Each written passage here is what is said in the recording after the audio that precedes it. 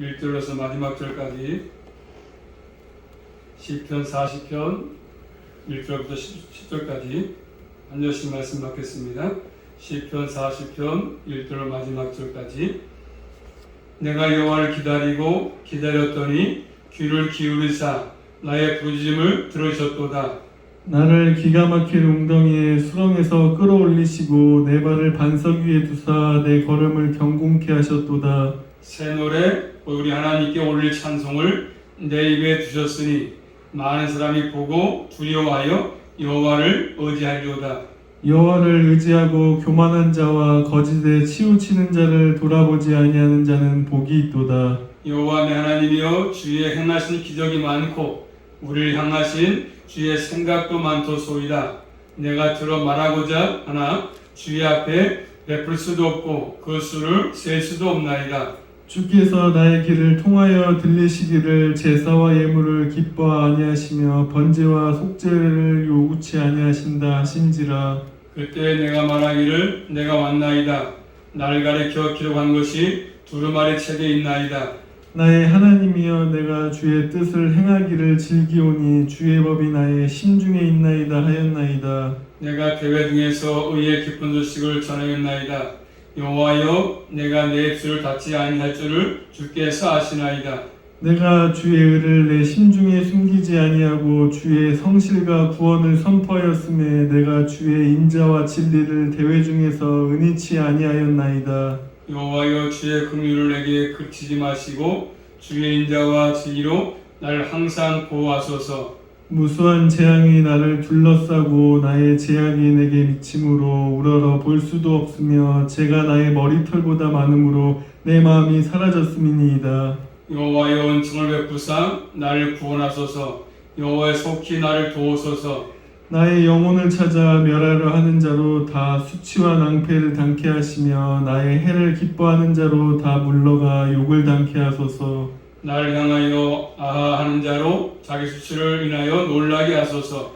무릇 주를 찾는 자는 다 주로 즐거워하고 기뻐하게 하시며 주의 구원을 사랑하는 자는 항상 말하기를 여호와를 강대하시다 하게 하소서. 나는 가난하고 궁핍하오나 주께서는 나를 생각하시오니 주는 나의 도움이시오 건지시는 자시라. 내 하나님이여 지체하지 마소서. 아멘. 기도 올립니다. 은혜의 아버지 하나님 감사합니다. 한 주간 동안도 여러 가지 일이 많았던 그런 복잡한 세상 속에서 또 저희들을 사랑하셔서 은혜 가운데 품어주셨다가 또 저희들을 사랑하셔서 복된 자리에 불러주심으로 이 한 시간도 주 앞에 머리 조아리어 예배하게 하시니 감사합니다. 오늘 하나님 이 시간 말씀을 통해서 주님 만나기 원합니다. 또 주의 마음과 뜻을 깨닫기 원합니다.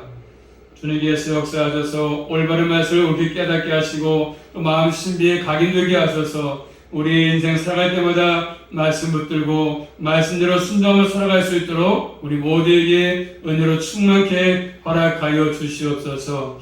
한시만도 왔다 그냥 가지 않게 하시고 또 주의 말씀을 잘 듣고 귀를 기울이게 하셔서 우리의 힘을 다해서 마음을 다해 성품을 다해서 주님을 잘 사랑할 수 있도록 함께하여 주시옵소서. 연약한 자 강하게 하시고 또 소망을 이렇게 해주셔서 남은 생도 주의 도우심을 바라보신 가운데 믿음으로 승리할 수만 있도록 함께하여 주시옵소서. 예수 그리스도 이름으로 감사하며 기도 올리옵나이다.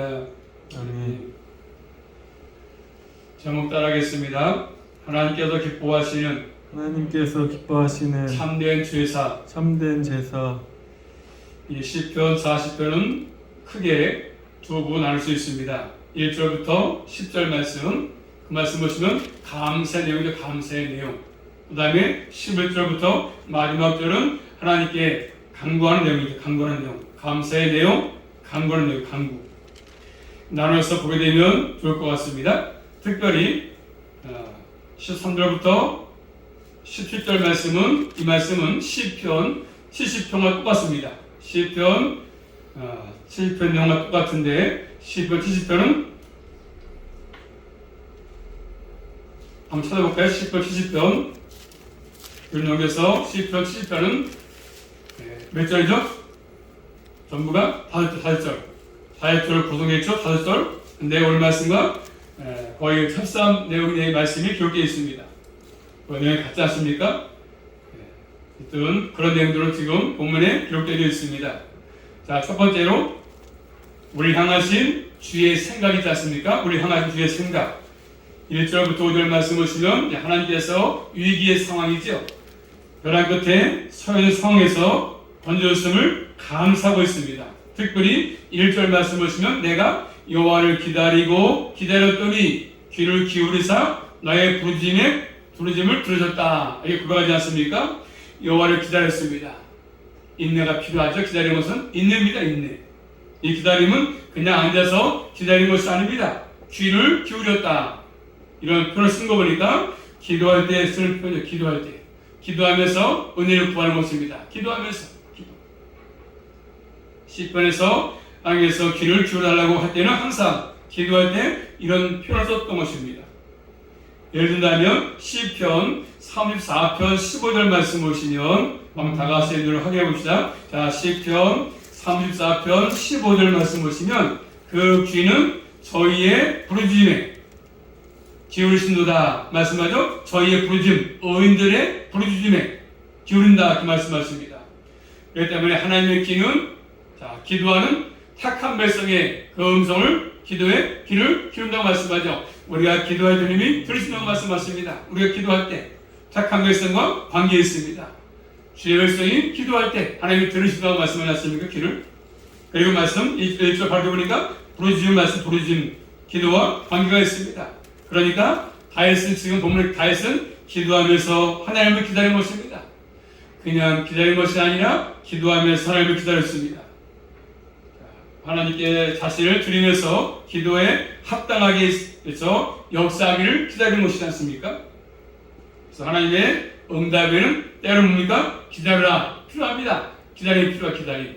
내가 기도할 때 금방 응답이 오는 것도 있지만 기다리는 게 필요합니다. 기다리는 거. 기다려라 기다려. 정령 응한다고 말씀하지 않습니까? 너무 조급해하지 말고 기다려 기다려. 기다림이 필요합니다. 하나님께서 들어준다고 말씀하십니다. 그래서 본문의 기자는 다윗은 하나님께 감사 기도를 드리고 있습니다. 하나님께 부르짖었지 않습니까? 그럼 어떻게 들어주십니까? 부르짖으니까 주님이 기도하니까 2절 말씀 보십니다. 2절입니다. 나를 기가 막힐 웅덩이와 수렁에서 끌어올리시고 내 발을 반석 위에 두사 내 걸음을 경공케 하셨도다. 아멘. 자, 다윗은 뭐라고 말씀하죠? 기가 막힌 웅덩이와 수렁에서 그래서 빠졌었는데 하나님 거기서 건졌다고 말씀을 하셨습니까? 다윗은 기가 막힌 웅덩이와 수렁에 빠져있다. 웅덩이와 수렁에서 결국 하나님이 건졌다. 스스로 힘으로 나올 수 없는 그런 수렁에서 아시겠지만 수렁을 내가 움직일수록 더 빠지지 않습니까? 수렁에 빠지면 그런 것입니다. 인간의 힘으로 나올 수 없는 그런 공용의 상황이었습니다. 수렁 발을 딛기만 하면 덤더러 몸이 빠지지 않습니까? 이런 상황, 어떤 상황인지는 알 수 없겠지만 바로 몸이 아파서 질병에 상할 수 있는 것이고 또 전쟁에 처할 수 있는 것도 있는 것이죠. 이런 위기 상황 속에서 다윗은 주 앞에 기다리면서 간구하지 않습니까? 바로 다윗의 삶 가운데 큰 위기가 찾아왔습니다. 어려움이 찾아왔습니다. 그러나 하나님이 기가 막히게 해서 웅덩이와 수렁에서 자신을 번역도 고백하지 않습니까? 하나님이 해준 것입니다. 그렇게 해가지고 어떻게 합니까? 3절 말씀 보니까 다윗은 새 노래로 곧 우리 하나님께 올릴 찬송을 이렇게 말하지 않습니까? 그리고 다윗의 입에다가 이런 찬양을 주었다고 말씀하지 않습니까? 하나님께 올릴 찬송 또 내용이 뭐였습니까? 내용은 기가 막힐 웅덩이와 수렁에서 끌어올린 것 때문에 너무나 감사해서 하나님께 찬양으로 감사하고 기도로 감사하고 있습니다. 하나님은 우리가 주님께 은혜를 구할 때 은혜를 주시고 또 찬송할 수 있도록 해주시는 분이십니다. 하나님은 찬송하도록 역사하는 분이시거든요. 찬송은 곧 하나님의 행하신 위대한 것을 나타내 보이는 것입니다. 그래서 3절 말씀이니까 이렇게 많은 사람들이 찬송을 듣고 어떻게 합니까? 두려워해서 여호와를 의지한다고 말합니다. 우리의 찬송을 듣고 많은 사람이 두려워서 주님을 의지한다. 3절에. 그리고 4절 말씀을 이렇게 더 명확하게 여호와를 의지한다고 합니다. 그러므로 진정한 찬송은 하나님을 의지하는 삶으로 나타납니다. 하나님께로부터 은혜를 받고 의지하는 사람은 교만한 자와 그리고 거짓에 치우치는 자와 그렇죠? 의지하지 않습니다. 돌아보지 않는다는 말씀을 4절 말씀이니까. 그래서 하나님을 바라보는 사람은 하나님만 의지하는 사람은 교만한 자와 함께하지 않습니다. 이 땅에는 교만한 자가 참 많지 않습니까? 얼마나 또 거짓이 많습니까? 거짓이 많지요. 이번 대선 때도 마찬가지요. 거짓말해가지고 그렇죠? 거짓 뉴스를 퍼뜨려가지고 그렇죠? 이렇게 조작하고 이런 것들이 많지 않습니까? 이 땅에는 거짓이 참 많습니다. 내가 잘난 사람이라고, 내가 잘났다고, 아니 거짓이 아니라고, 진실이라고 얘기하지만 거짓이 참 많습니다. 그렇기 때문에 주님을 의지하는 사람은, 믿음의 사람은 이렇게 교만한 자하고 거짓에 치우치는 자와 같이 하지 않습니다. 다시 말하면 거짓신을 숭배하는, 우상을 숭배하는 그 사람과 같이 하지 않습니다. 의지하지 않습니다. 다른 우상을 의지하지 않지. 하나님을 의지하고 교만한 자와 거짓신을 숭배하는 자와 함께하지 않은 사람이 복이 있습니다. 우리 모두는 거짓자와 교만한 자와 함께하지 말고 참된 신이신 하나님만을 의지하고 살아갈 수 있기를 주님의 이름으로 축복합니다. 이게 복 있는 사람이죠. 복 있는 사람. 그 다음에 이어서 5절 말씀 보시면 하나님을 찬송합니다. 찬송. 그 내용이 찬송 내용이. 자, 5절 말씀 보겠습니다. 한번. 여호와 나의 하나님이여 주의 행하신 기적이 많고 우리를 향하신 주의 생각도 많도소이다. 내가 들어 말하고자 하나 주의 앞에 베풀 수도 없고 그 수를 셀 수도 없나이다. 아멘. 찬송의 내용이 뭡니까? 여호와 나의 하나님이여 주의 행하신 기적이 너무나 많다. 하나님 행하신 기적이 너무 많습니다. 이를 헤아릴 수가 없습니다. 기적이. 우리 향하신 주의 생각도 많고 또 내가 들어서 말하고자 하지만 주의 앞에 베풀 수도 없다고 말합니다. 그 수도 셀 수가 없다고 말하지 않습니까? 주님이 행하신 기적에서 기적은 사람이 할 수 없는 것들인데 여러 가지 기적이 많지 않습니까? 특별히 우리 교회 이름처럼 오병이어 기적, 오병이어 물고기 2마리, 머리떡 5덩어리로 몇 명입니까? 5,000명 먹이고 남은 사건 12광들이 기적이죠. 기적. 물고기 2마리, 머리떡 5개로 어떻게 5,000명 먹을 수 있겠습니까? 기적이죠. 기적. 이런 기적들이 너무 많습니다. 죽은 자를 살리시고 소경을 고치시고 아니명이 일으키시고 수없이 성경에 보시면 많이 나오지 않습니까? 기적들이. 이를 헤아릴 수가 없습니다. 결국 우리가 지금 사는 자체가 기적입니다.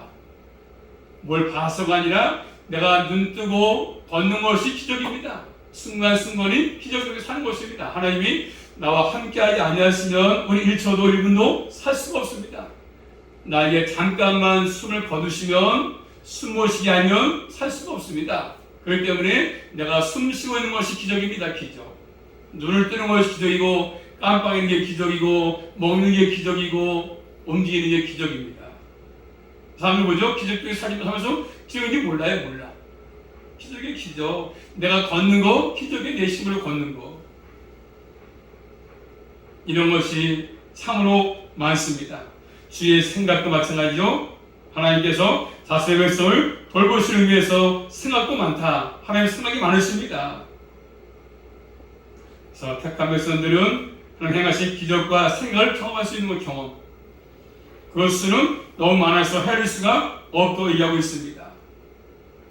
한번 생각해보세요. 하나님은 택한 백성을 돌보시는데 다 헤아릴 수가 없습니다. 순간순간 분천마다 하나님이 나를 지키시고 보호하기 때문에 한 주간 한 주 사는 것 아니겠습니까? 또 다 떠나서 그 수많은 사람 가운데 내가 예수 믿게 된 거, 내가 예수 믿고 구원받은 거, 예수의 피로 내 죄가 사해지면서 속함받고 구원받게 된 거, 은혜 아니겠습니까? 이게 기적. 우리가 구원받은 것 자체가 기적입니다. 가장 쓸모없는 내가 하나님의 은혜로 있을 데 없는다. 왜 구원하여 주는지 난 알 수 없도다. 구원받는 것이 기적입니다.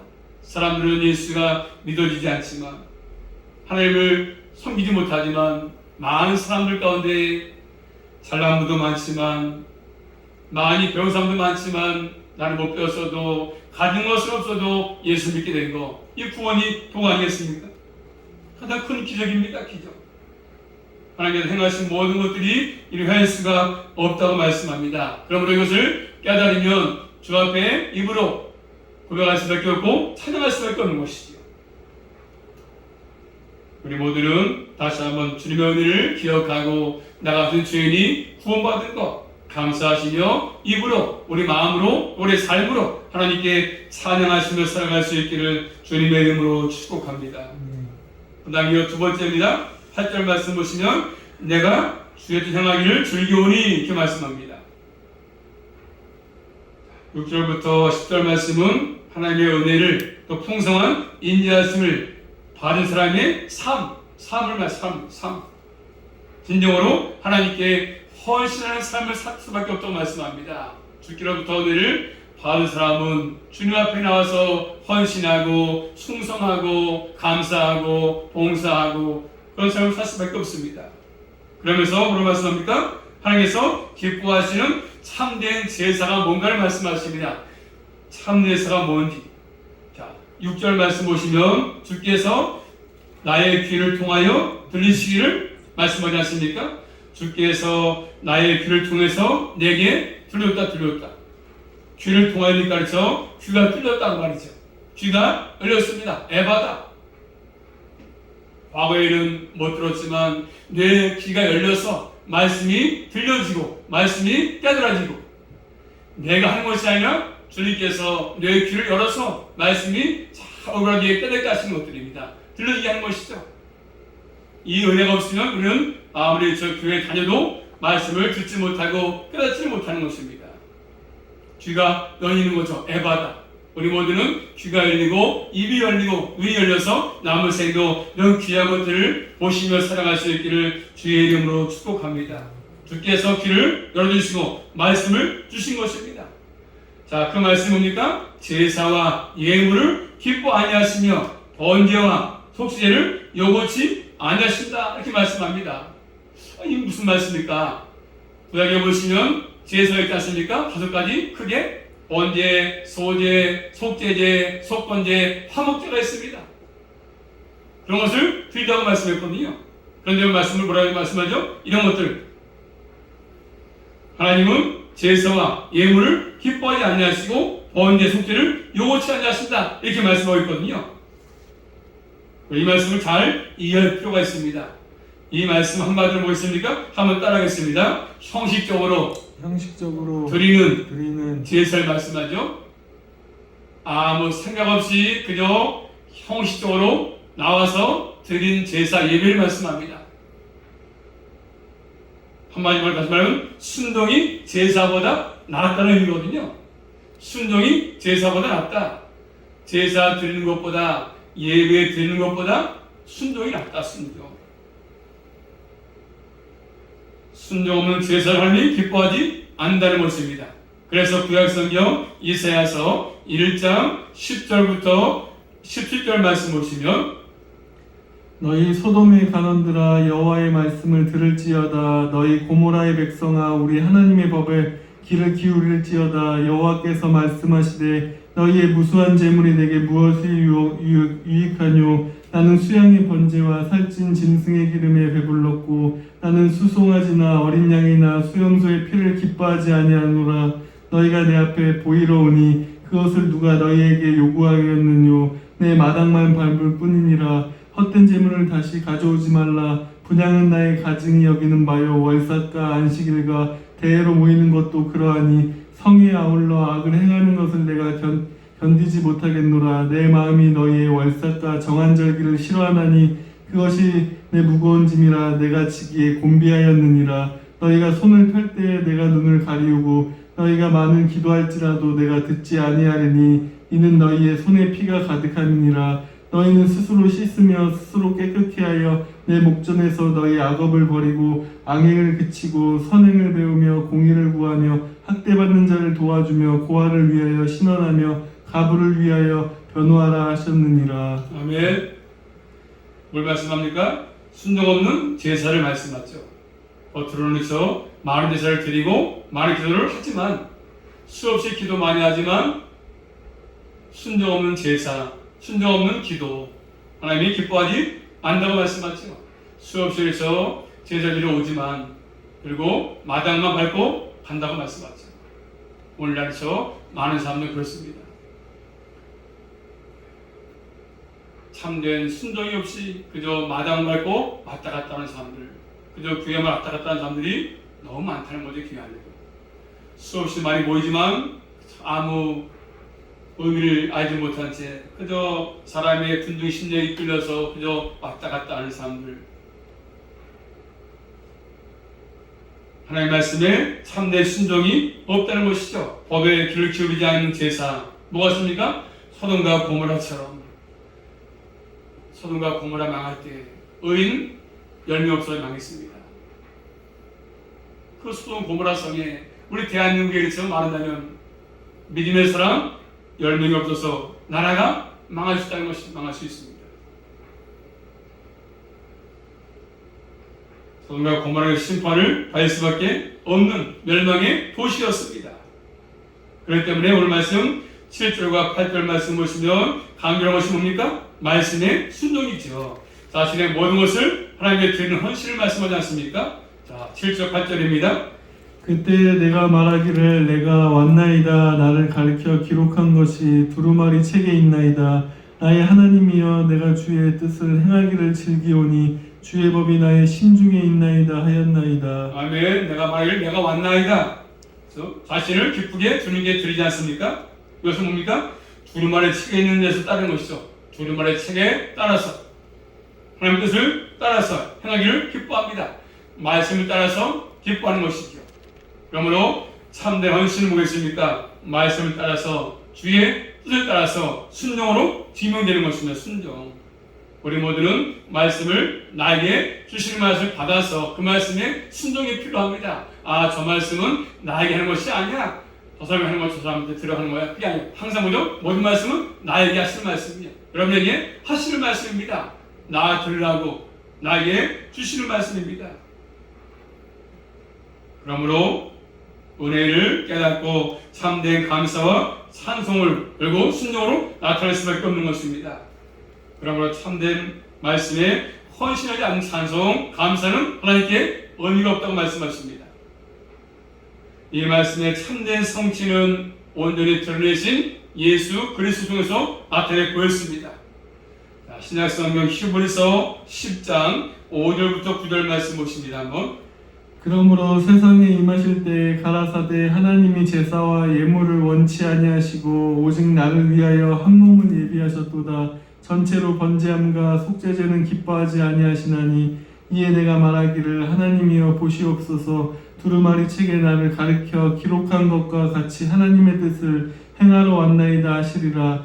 위에 말씀하시기를 제사와 예물과 전체로 번제함과 속죄제는 원치도 아니하고 기뻐하지도 아니하신다 하셨고 이는 다 율법을 따라 드리는 것이라. 그 후에 말씀하시기를 보시옵소서. 내가 하나님의 뜻을 행하러 왔나이다 하셨으니 그 첫 것을 폐하심은 둘째 것을 세우려 하심이니라. 아멘. 예수님은 참된 헌신, 말씀에 온전히 순종했다고 말씀하지 않습니까? 예수님은 오셔서 하나님 뜻을 기쁘게 온전히 순종해 행하셨습니다. 그러므로 마찬가지로 오늘도 우리 예수를 믿고 구원을 받았다고 한다면 이렇게 주의 뜻에 합당하게 순종의 삶을 사는 것들이 우리에게 필요합니다. 순종, 말씀에 순종하는 거 필요하지 않습니까? 우리 말씀을 들어도 순종하지 않으면 우리의 신앙생활은 잘못하고 있는 것입니다. 들었으면 말씀의 순종이 우리에게 요구되는 것입니다. 그뿐 아니라 또 많은 표절 가운데서 구절 말씀이니까 의의 기쁜 소식을 전하지 않습니까? 자신의 입술을 받지 아니한다. 이제 내가 구원을 받았으니까 내가 받은 구원을 입술을 열어서 다른 사람에게 의의 소식을 전한다. 기쁜 소식. 예수 믿으세요. 구원받습니다. 소식 전한다고 말씀합니다. 그리고 하나님께로 그들을 인도한다고 말씀하십니다. 자, 우리 시대에 봅시다. 우리 시대에 그걸 찬송하지 않습니까? 그런데 그리고 이런 참된 바른 인식과 참된 감사가 있습니까? 감사하지 못하고 불평하면서 찬양하고 또 말씀을 기뻐하고 다른 참된 순종이 없지 않습니까? 찬송을 통해서 남들에게 자신이 인정받기 원하고 또 잘하면 꽃다발을 주고 하나님께는 올리지 않고 그저 사람에게 인기나 끌려고 하는 이런 것들이 많다는 것이죠. 우리 모두는 참된 헌신, 참된 말씀의 뜻을 따라서 남은 생도 그 말씀에 순종하시며 살아갈 수 있기를 주님의 이름으로 축복합니다. 마지막 세 번째입니다. 오늘 말씀 11절부터 말씀 보시면 주께서는 나를 생각하시오니 그 말씀하죠. 자, 11절 말씀이니까 여호와여 부르지 않습니까? 하나님께 간구합니다. 그리고 주의 긍휼과 주의 인자와 진리를 구하고 있습니다.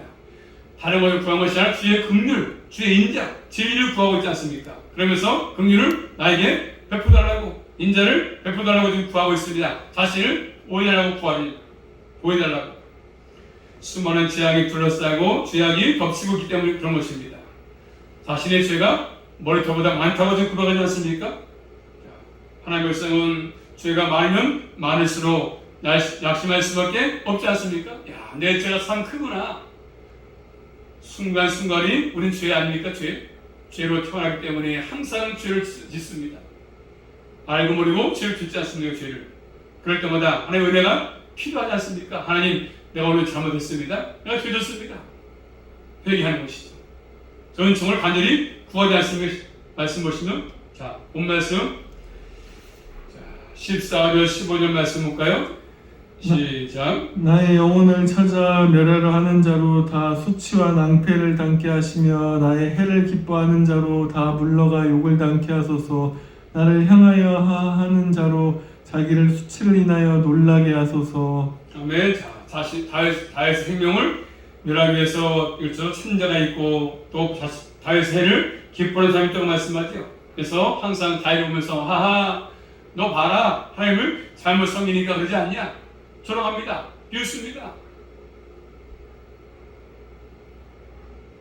도리어 다윗은 이제 그들이 수치와 낭패를 당하고 욕을 당하기를 구하고 있습니다. 주를 찾고 있지 않습니까? 하나님의 은혜를 구하고 있는 거 아니겠습니까? 우리 모두는 은혜를 구하기 위해서 다른 걸 찾지 말고 하나님을 찾을 수 있기를 주님의 이름으로 축복합니다. 이런 사람 모두 주 안에서 기뻐합니다. 16절 말씀이니까 여호와는 위대하시다. 찬송한다고 해라고 찬송한다. 다윗은 지금 하나님만 의지하고 있습니다. 어려운 상황 속에서 깊은 운동에 빠져 있지만 주님의 도움을 구하고 있습니다. 또 그러면서 17절 말씀이니까 나는 가난하고 궁핍합니다. 가난. 시편에 자주 나오고 있지 않습니까? 표현이. 이 말씀은 하나님의 도우심을 의지하는 삶이죠. 하나님, 나는 가진 것이 없습니다. 나는 가난합니다. 나는 죄인 중에 죄인입니다. 그렇습니다. 가난하고 궁핍하다는 것, 하나님을 의지하는 것이지 않습니까? 이 세상에서는 가난하고 궁핍한 사람들이 많이 있지만 하나님이 없이 사람들이 참 많습니다. 하나님을 섬기지 않은 사람들은 다 가난하지 않습니까? 근데 그걸 몰라. 가난해도. 가장 가난한 사람은 하나님을 알지 못하는 자들이 있지 않습니까? 하나님을 의지하는 사람들, 그리고 심령이 가난한 자가 복 있다고 말씀하거든요. 여기 하나님을 찾아서 나왔을 때 주님이 나를 생각하신다고 말씀합니다. 자, 이 내용들이 출애굽기 말씀에 나타나지 않습니까? 실제로 하나님은 이스라엘 백성을 돌보십니다. 늘 생각하시면서 이스라엘 백성을. 자, 출애굽기 2장 23절 24절 말씀 보겠습니다. 한번 25절까지 시작. 야노의 후에 애굽 왕은 죽었고 이스라엘 자손은 고역으로 인하여 탄식하며 부르짖으니 그 고역으로 인하여 부르짖는 소리가 하나님께 상달한지라. 하나님이 그 고통 소리를 들으시고 아브람과 이삭과 야곱에게 세운 그 언약을 기억하사 이스라엘 자손을 건념하셨더라. 아멘. 이스라엘 백성에서 애굽에서 수없이 고된 노동 때문에 힘들지 않습니까? 힘들 때, 고통으로 탄식할 때, 주님께 부르짖을 때, 간구할 때 주님이 들으시고 그들을 실적으로 돌보시고 인도했다고 말씀하십니다. 그래서 하나님이 애굽 전역에 재앙을 내리시면서 10가지 재앙, 물이 피가 되게 하시고 개울가 되게 하시고 메뚜기 재앙, 파리 재앙 자 내리시면서 그들을 실제로 돌보시면서 인도하지 않았습니까? 그런 것과 우리도 마찬가지입니다. 하나님이 나를 수많은 사랑 가운데 수많은 그런 죄악 가운데 나를 건져서 주님께로 인도하심으로 또 부르심으로 주 앞에 나와서 이런 삶을 살아갈 수 있도록 함께 하신 것 실제로 돌보시는 것들입니다. 눈에 보이지 않지만 주님은 늘 우리를 돌보십니다. 인도하시는 것이지요. 다윗은 지체하지 않고 하나님께 도와달라고 구하고 있습니다. 하나님의 백성들은 은혜를 의지하며 사는 사람들입니다. 항상 우리 모두는 하나님 관계 속에서 가난하고 궁립한 사람인 것을 아는 것이 필요합니다. 나는 가진 것이 없습니다. 나는 가난합니다. 그럴 때 주의 도움을 구할 수밖에 없는 것이지 않습니까? 우리 모두는 날마다 주의 도우심을 구하고 필요로 하는 사람들이기 때문에 남은 생도 내 혼자의 힘으로 인생을 살아가지 말고 더욱더 주의 도우심을 구하며 살아갈 수 있기를 주님의 이름으로 축복합니다. 내 힘으로 살 수 없습니다. 내가 잘한 것 같지만 아무리 계획을 세우고 한다 할지라도 주님 돕지 아니하시면 그 모든 것들이 끝이야 끝. 허무할 수밖에 없습니다. 실패할 수밖에 없어요. 그러므로 택한 백성은 하나님 무한하신 은혜를 늘 찬송할 수밖에 없는 이유가 여기 있는 것이죠. 항상 우리 모든 삶 가운데 주님만을 바라보시고 의지하시고 도움을 구해서 내 남은 여생 복된 삶을 잘 살아갈 수 있기를 주님의 이름으로 축복합니다. 기도합니다. 살아계신 아버지 감사합니다. 주님을 아버지 의지하는 자가 복이 있다고 말씀하십니다.